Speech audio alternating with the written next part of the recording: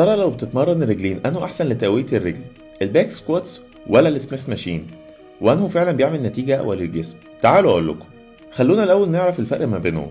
الباك سكواتس تمرينة معروفة من زمان جدا، ومن احسن التمارين اللي بتقوي عضلات الرجل وبتحسن شكلها، وليها تأثير كبير على الجسم كله علشان بتشغل عضلات الظهر وبتحتاج اتزان قوي في العمود الفقري والوسط والركبة. بس لما بنلاقي ان الشخص مش قادر يعمل السكواتس صح بنلجأ لاوبشن 2 وهو السميث ماشين. وهنا البار بيبقى ثابت على عمود طولي وبيجبرك انك تعمل سكواتس صح وظهرك مفرود، بس الاختلاف انك مش بتشغل عضلات ظهرك وبتعمل اتزان علشان الجهاز شايل الحمل ده من عليك ومخلي التركيز كله على عضلات الفخاد او الكوادريسبس. وكمان لو بتشيل وزن معين في الباك سكواتس وجيت تشيله في السماث ماشين هتحس انه تقيل قوي، وده بسبب ان عدد العضلات اللي كانت شغاله في الباك سكواتس اعلى من عدد العضلات اللي شغاله على السماث ماشين.